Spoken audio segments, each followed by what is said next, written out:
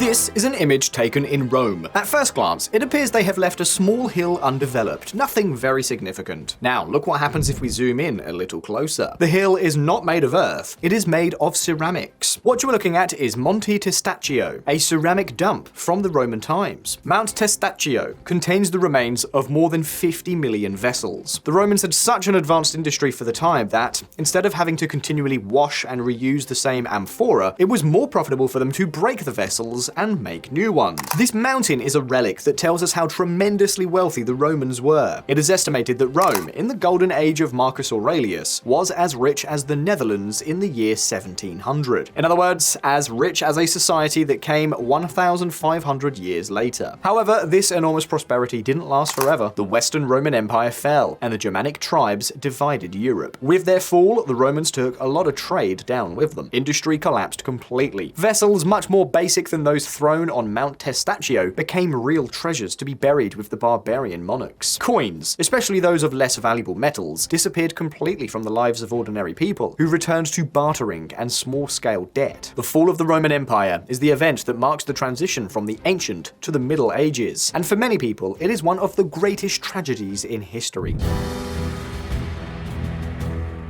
Now then, if the Romans were so smart, why did their civilization collapse? How is it possible that some barbarians conquered them? Well, the Romans didn't fall because of the barbarians, quite the contrary. The Germanic tribes and other peoples were able to conquer Rome precisely because the empire was going through a period of decline. And let it be said, the barbarians were not as rudimentary as it may seem. In fact, many of them had been commanded and made up of former Romans. Of course, the fall of Rome is a subject that has caused rivers of ink to flow. Take, for example, Gibbon's 7 volumes on the subject, written in the 18th century. But in recent decades, a new group of researchers has shed more light on the subject. We are talking, naturally, about economists. So today on Visualeconomik, we have reviewed all these writings to answer the following questions. Why did the Roman Empire fall? What role did taxes or inflation play?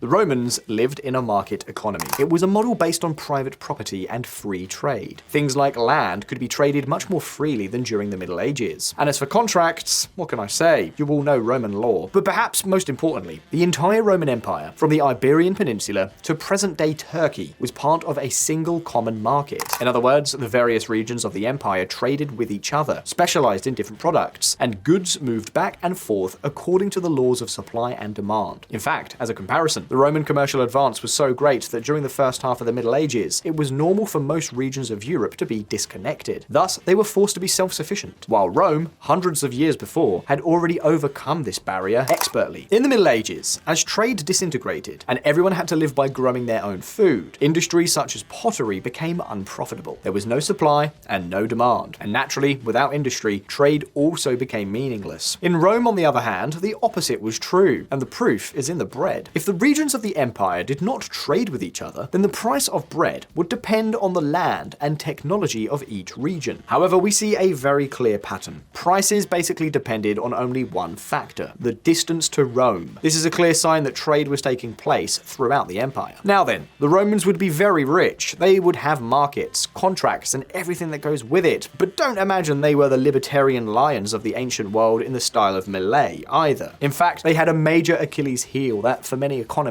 and historians, may have been one of the main causes for the fall of the Roman Empire: slavery. Rome was one of the largest slave-owning civilizations in history. It's estimated that between the 1st and 2nd centuries, slaves may have constituted between 25 and 40% of the population. The problem? Slavery may have been not only a moral burden, but also an economic one. Think about it. Why am I going to invest in machines if I have slave labor? This is not just a Roman thing. In the US, there is a large negative correlation between the number of slaves a state had with its investment in infrastructure or R&D. So let me ask you, do you remember that I said that Rome was as rich as Holland in the 1700s? Well, yes, it was, but with one difference. Holland managed to enter the Industrial Revolution, but Rome did not. Why didn't the Romans, who were just as economically advanced as the Dutch, take the step towards modern industrialization? Well, it's certainly not because they didn't know about the properties of steam. Both the Greeks and the Romans invented something very similar. In Rome, Vitruvius himself spoke of machines that were able to move by heating water. However, it never occurred to them that they could use these machines to save slave labor. They were simple toys, a curiosity that entertained people. Why didn't they develop them? Well, the main reason is that they didn't yet know basic physical laws and materials that would allow steam to be useful. But why? Well, some economists say that they weren't going to invest time, labor, and money to save labor for slaves. If we take this theory as true, it's not because they don't buy the argument that slavery is bad for economic development, but because, according to them, slaves in Rome cannot be compared to slaves in the US. In the US, a slave had no property or rights of any kind, and was obliged to work on his master's land. But in the Roman Empire, particularly in urban areas, slaves had much more freedom. What's more, they competed in the same labor market as free men, where they could learn skills and work their way up. Obviously, they started much lower. Still, the difference with the US is massive. In Rome, there were even slaves who owned their own slaves. Even so, as Sergio and Angel explain, this enslaved freedom was nothing more than an illusion. Roman slaves were not freer than American slaves, but it is true that if the American system was based on sticks, the Roman system was based on carrots. That is, instead of punishments, it used incentives. And the greatest incentive for a slave will always be the possibility of being able to buy his freedom and become a free citizen. In fact, it's estimated that every 5 years, 10% of the slaves were freed, while in the USA, more than 1,500 years later, this figure ranged from 0.2 to 1%. What's more, many of these slaves, when freed, continued in the same job, and if they had learned any craft skills, it was assured that they could become even richer than the average freeman. Nevertheless, besides slavery, there is another essential reason why Rome could not industrialize: energy.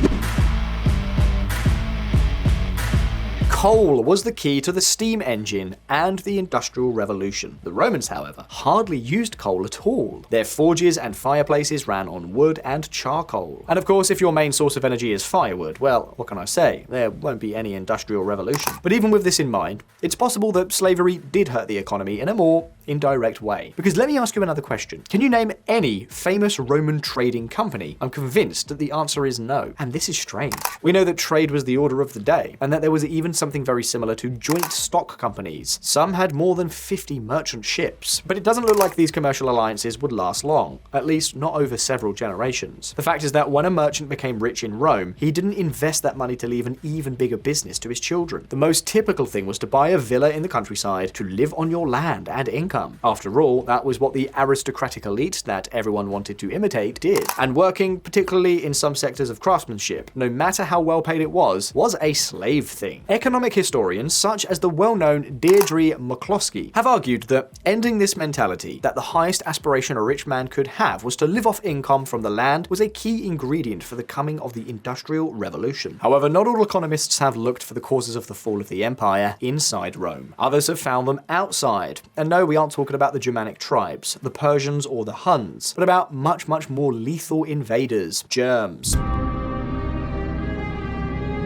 This may surprise you, but the Romans were very sick. And no, we aren't comparing them to people today, but to their own ancestors and descendants. For example, if you ever visited a Roman ruin, you'll have noticed right away that the Romans must have been very short. And it's no coincidence. Height depends on diet, but also on not having been exposed to pathogens as a child. And in this graph, we can clearly see how the Romans, who were much better fed than their medieval descendants and their prehistoric ancestors, were very short. The reason? Well, we told you earlier, Rome was a huge city with 1 million inhabitants. Europe would not see anything like that again until 18th century London, and naturally, so many people in one place meant that diseases were easily spread. Add to this the massive trade they had both with the Mediterranean and as far as the Middle East, and the result is a lethal cocktail that no sewage system, however novel for the time, could withstand. And so, during the rule of Marcus Aurelius came the most devastating pandemic that humanity had known so far, the Antonine Plague, which wiped out between 10 and 20% of the Romans, with much higher percentages in the capital. Given such a catastrophe, it seems that there is no need to look for many more explanations. And the worst thing is that it would not be the only great pandemic they would endure, although it was the biggest. The economic effects of this were also brutal and contributed greatly to Rome's population loss, and not only because of the dead. You see, the main economic consequences were twofold. On the one hand, the price of food skyrocketed. With so many dead, there were obviously very few people left farming. And on the other hand, since so many people had died, the price of land fell quite a bit. it. After all, the supply of land is fixed, and now the demand was much lower. Conclusion: a mass exodus to the countryside. There, they would not be very rich, but at least they would still be alive, and far from diseases. And so we return to the same vicious circle as before. People are migrating to the countryside. Large-scale industry is disappearing. Trade is becoming increasingly scarce, and due to the lack of opportunities, the people who remained in the city start to leave as well. In short, you get the picture. On top of these biological factors, there are also environmental factors. The fact is that the Roman civilization was built in a climatic period, characterized by being quite wet and warm. As you can see on the screen, summer rains were much more common than now, which translates, of course, into much more fertile soil. During this period, North Africa was the breadbasket of Europe. Today, as you know, it has to import a lot of its food. And what climatic event occurred just as the Roman Empire began to decline? Well, a transition to a mini ice age that lasted from 450 to 700 AD. And at this point, I know what many of you are thinking. This is all well and good, but weren't the Romans at fault? Didn't they make some bad decisions? Well, obviously, yes, the circumstances were very unfavorable. But what is also clear is that they decided to react in the worst possible ways. But first, let's get in context. Rising food prices and the death of millions of people throughout the empire had an immediate consequence. Much fewer taxes were collected. Most of these taxes were used to keep the armies placated, because if they ran out of pay, they could sweep the power at the drop of a hat. The solution for the rulers was clear: raise taxes. But since tax increases are very unpopular, most emperors resorted to an old trick: inflation. But since they couldn't hit the banknote printing machine at that time, they had to do something a little more rudimentary: take silver out of the coins. If a denarius had 4 grams of silver during the time of Julius Caesar, by the 4th century, the silver coin had only silver in its name, because it was made of 100% vellon, copper, and other much less valuable metals. Of course, the result could be nothing short of inflation. Between 305 and 365, some economists believe that inflation reached 17% per year. The loss of value of the currency was so great that there came a point when banks stopped accepting these coins. To give you an idea, prices at the end of the 3rd century were 70 times higher than at the beginning of the 1st century. And the emperor's solution to all these problems was another old faithful: price controls. There's Diocletian's price edict in 301, which fixed the price of hundreds and hundreds of products. The consequence, unsurprisingly, was enormous shortages and social unrest. As a result, inflation was highly correlated with political instability. Civil wars and coups d'etat became much more common from this point on. And naturally, another vicious circle emerged. Inflation generates social discontent. This discontent generates political uncertainty and populism, which translates into rulers who adopt populist policies that only worsen the problem. Are you following me? What's more, inflation in Rome tells us something else very interesting, and that is that, so far, we have told you about the loss of silver coins, but the Romans also used gold coins for large payments and international trade. What do you think happened to this money? Well, it retained 100% of its value. Let me explain. These gold solidus were the money of the elites. An ordinary Roman obviously did not have access to this type of money, nor did he need it. And so the emperors could devalue only silver coins and other inferior metals without harming their friends. This is another characteristic of the late Roman Empire: the rise of corruption, nepotism, and the concentration of power in the hands of an oligarchy. And yes, it's true, Rome had never been a super inclusive democracy, but the institutional degeneration from the 3rd century onwards is more than evident. Given this situation, when the barbarians arrived, everything indicates that Rome was not exactly living its finest moment.